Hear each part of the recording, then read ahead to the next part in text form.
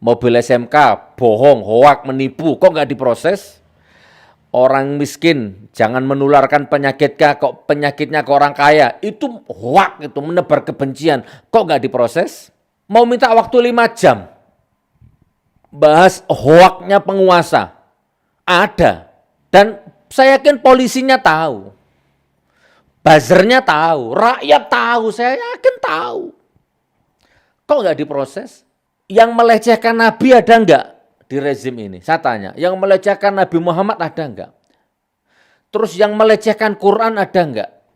Terus yang bawa masuk anjing ke dalam masjid ada nggak?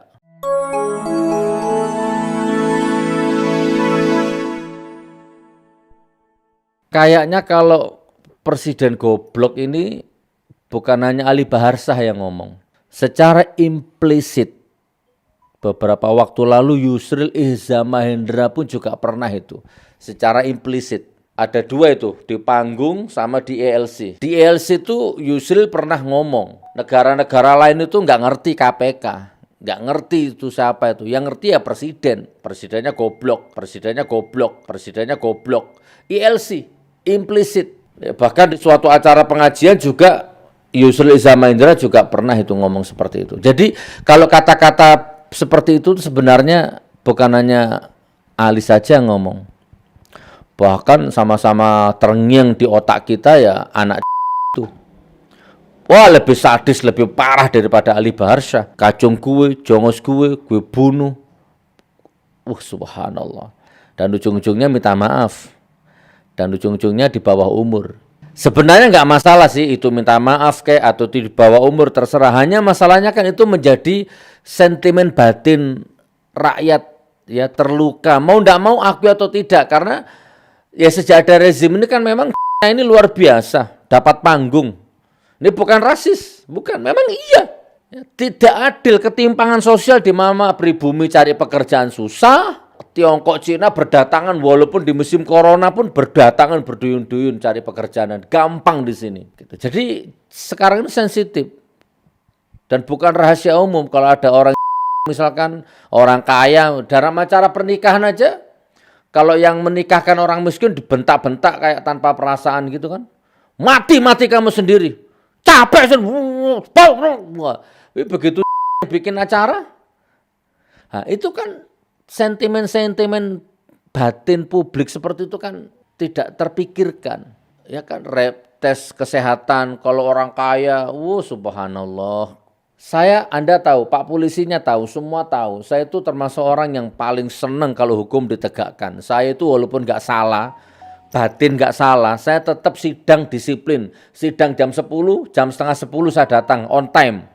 Enggak pernah mangkrak walaupun biayanya mahal, semahal apapun, saya tetap datang, berjuang on time. Saya orang yang taat hukum, seneng kalau hukum itu ditegakkan, Anda tahu itu. Saya rela mati berkalang tanah itu demi hukum ditegakkan itu, enggak masalah. Sidang di Palu 15 juta tiap Kamis. Tak paksa-paksa bagaimanapun caranya, on time. Terbang dari Bandung, terbang dari Jakarta, terbang dari Medan, tiap Kamis ke Palu hanya untuk sidang. Begitu nyampe sana sidangnya cuma 5 menit, cuma 10 menit, cuma dengarkan saksi-saksi yang enggak berbobot. Enggak apa-apa, yang penting aku taat hukum. Jadi enggak usah diragukan masalah itu. Jadi enggak masalah sebenarnya Ali Baharsah diproses. Bukan rahasia umum. Ada orang yang jauh lebih parah dari Ali Baharsah yang dalam tanda petik dekat dengan penguasa, dekat dengan rezim, kenapa kebal hukum? Itu aja masalahnya. Koruptornya bebas sampai sekarang nggak ketangkep, itu kan menimbulkan sekali lagi ya sentimen-sentimen publik itu menjadi akumulasi memuncak menjadi bom waktu. Kalau presidennya berwibawa, kan hukum alam, saya katakan hukum alam tadi loh, presidennya berwibawa, presidennya cerdas. Kan nggak bisa dibohongi, kan nggak bisa ditipu. Aura cerdas, ya, aura wibawa, aura bermartabat, aura keadilan. Apalagi coba sebutkan, coba leadership, ya, kepemimpinan. Apalagi coba, apa manteknya, apa tablighnya, sidiknya, fatonahnya, amanahnya. Kan itu kan nggak bisa ditipu. Mau dipoles pakai bedak harganya 1 miliar, kalau memang nggak ada auranya sudah tetap nggak akan bisa ditipu itu. Nah kalau pemimpin itu benar-benar berwibawa, adil, bermartabat, kan nggak mungkin ada Ali Bahar Syah. Nggak mungkin ada orang-orang Said Didu, nggak mungkin ada Rocky Gerung. Nah jadi gitu teman. Jadi ya prihatin lah atas kasus yang menimpa saudara kita Ali Bahar Syah itu. Kalau ngomong ujaran kebencian, ada nggak rezim menteri pejabat yang ngomongnya ngawur, yang membuat rakyatnya benci? Ada nggak?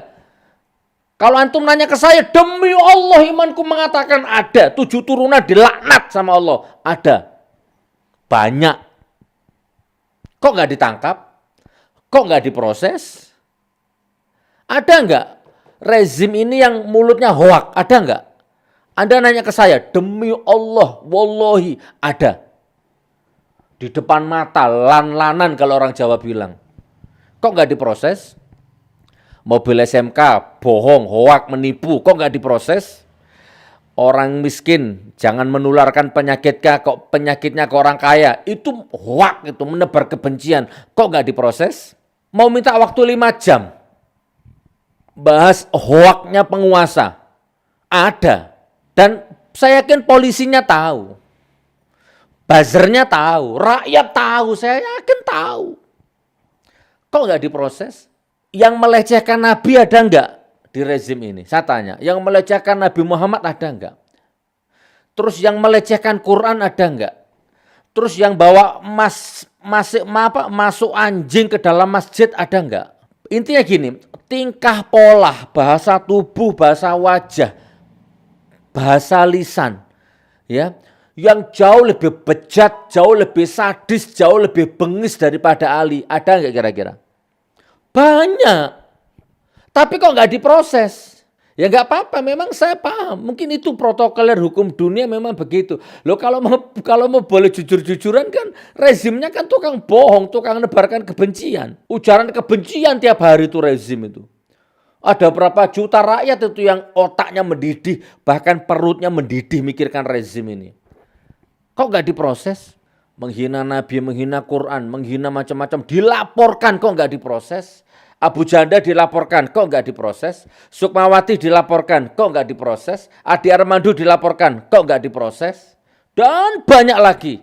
Ali Bahar Syah dilaporkan, kok diproses? Saya dilaporkan, kok diproses?